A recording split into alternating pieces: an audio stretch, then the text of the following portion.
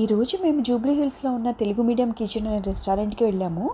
ఈ రెస్టారెంట్కి అసలు ఆ పేరు ఎందుకు పెట్టారో తెలీదు, కానీ అంబియన్స్ అయితే చాలా చాలా బాగుంది. Food super tasty. మేమేం ఆర్డర్ చేసామంటే కాంతారా తవా ఫిష్ ఫ్రై, మిరియాల కోడి, రాజుగారి కోడి పలావు, ఫిల్టర్ కాఫీ, తిరమసు. అబ్బా సూపర్ టేస్టీ ఉంది అది. స్టిక్కీ టాఫీ పుడ్డింగ్ ఆర్డర్ చేసాము.